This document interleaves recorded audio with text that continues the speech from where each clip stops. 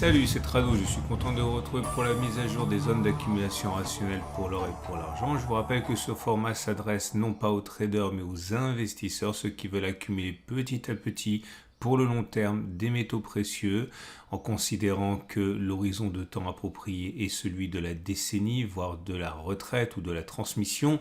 Il ne s'agit encore une fois pas de format à destination des traders. On va commencer par les actualités que j'ai trouvées pour vous. Et la première actualité nous explique en fait pourquoi l'or est sous pression depuis quelques séances.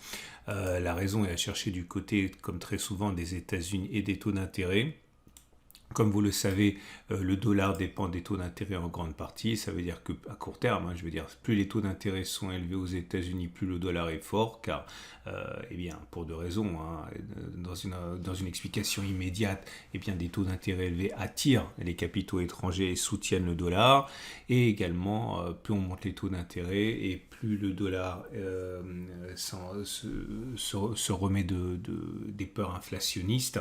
Et l'or, eh bien, qui évolue généralement en sens inverse, eh bien, a tendance à décliner. Bref, mercredi, les Américains, la Fed, va publier sa décision de politique monétaire. On anticipe une augmentation de 0,5% des taux d'intérêt. C'est ce qui est pricé, mais la bonne volonté des banquiers va être soumise à la réalité de la situation, à savoir la récession qui commence à poindre son nez et qui va être encore aggravée par une augmentation des taux d'intérêt. Bref, si c'est 0,5%, eh bien, tout se passe en fait comme prévu et l'or devrait se stabiliser. Par contre, si un discours plus agressif de la Fed, eh bien, ça risque de pénaliser encore plus l'or.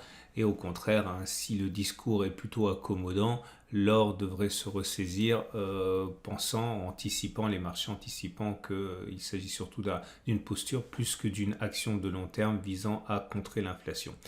Deuxième actualité que j'ai repérée pour vous, je trouve que c'est très intéressant, c'est au-delà de ce qu'on dit, au-delà des poncifs, quel est le véritable rendement de l'or et des matières premières. C'est en français, comme souvent, lorsque c'est intéressant, ça vient de la plume de Nicolas Perrin qui explique et qui montre en fait ce à quoi on peut s'attendre sur le long terme avec l'or, les matières premières en termes de rendement. C'est intéressant si vous voulez notamment diversifier votre portefeuille et appuyer vos décisions sur des faits et pas sur des poncifs. Donc ça c'est en français.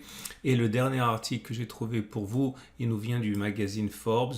On sait que pour beaucoup, l'inflation est due actuellement à des problèmes d'offres, pas uniquement, mais si on part du principe que les problèmes d'offres, d'acheminement, de logistique expliquent en grande partie l'inflation, eh bien Forbes nous indique qu'on ne devrait pas notamment être sorti de l'auberge tout de suite. Il explique les raisons liées au Covid, à la politique zéro cas Covid en Chine qui tend à confiner rapidement les usines. On passe en détail les conséquences sur le conflit en Ukraine, etc. Et comme tout ça peut influencer les phénomènes inflationnistes et donc par répercussion l'or. Je vous rappelle que mes articles qui sont en anglais sont facilement traduisibles en français. Votre navigateur vous propose de le faire automatiquement. N'hésitez pas à les consulter. Tous les articles sont sur mon site. Allez voir l'article en question sur l'or et vous trouverez les liens pour vous rendre sur les articles que j'ai mentionnés. On passe maintenant à l'analyse technique à proprement parler. L'or en euros pour débuter est dans une situation assez intéressante parce qu'on a cassé cet oblique de soutien ici. Okay. Et en ce sens, on pouvait s'attendre à un retour rapide sur le support majeur des 1727-1748, mais il ne se produit pas pour l'instant ce retour rapide. C'est dommage parce que c'est une zone d'accumulation rationnelle. La moyenne mobile à 200 jours est toujours pour l'instant ascendante, donc la tendance de long terme est haussière. La moyenne mobile à 50 jours est ascendante, on est à son contact dans la tendance de fond et haussière.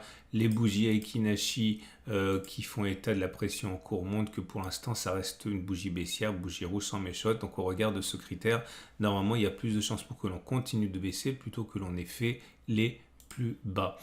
Pour l'or libellé en dollars, c'est pas la même chose.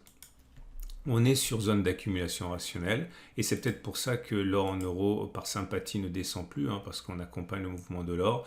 Et vous voyez effectivement, si la Banque centrale américaine fait ce qu'on attend d'elle, eh bien normalement ça devrait se stabiliser, voire monter. Par contre, si elle est plus agressive que espéré, on risque d'avoir cette cassure du support, hein. Donc c'est à suivre. Alors je rappelle que c'est mercredi. On est sur zone d'accumulation rationnelle pour nos amis américains qui investissent en dollars. Tendance de long terme haussière, tendance de fond baissière. L'argent à présent, l'argent libellé en euros est dans une situation comparable, hein. La baisse a été très forte, mais on est sur zone d'accumulation rationnelle, cette fameuse zone qui a renvoyé les cours vers le haut systématiquement depuis qu'elle a été créée, hein. On remonte donc voilà, jusqu'à 2020, hein. C'est une zone de support très importante. Zone d'accumulation rationnelle pour l'or libellé en dollars, tendance de long terme baissière, tendance de fond baissière.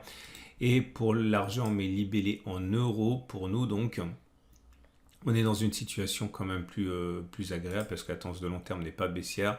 La tendance de fond non plus parce que la M50 monte. Donc tendance de long terme et la tendance de fond sont neutres. Par contre, on est venu solliciter la zone d'accumulation rationnelle qu'on a mentionnée depuis déjà plusieurs semaines. À 21,18, on a rebondi. Toute incursion dans cette zone correspond à une zone d'accumulation rationnelle.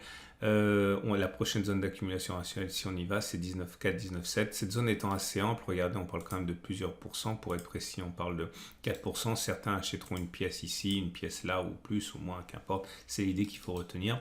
Mais quand on regarde les bougies Aiki-Nashi, on voit pour l'instant de retournement crédible, hein. On est toujours sur un régime de bougies rouges. Maintenant, la bougie se raccourcit, donc la pression baissière est moins forte.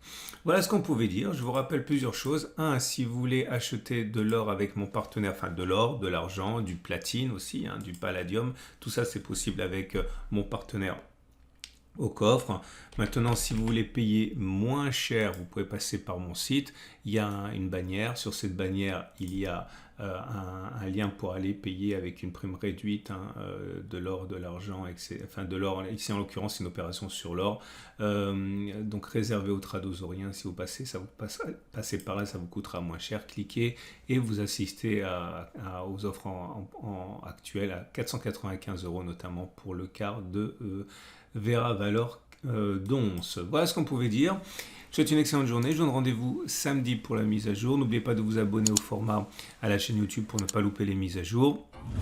C'est toutes et c'est 2 fois par semaine. Et également, je le répète, en dessous de la vidéo, vous avez le lien pour aller consulter les articles que j'ai mentionnés à mercredi pour la mise à jour.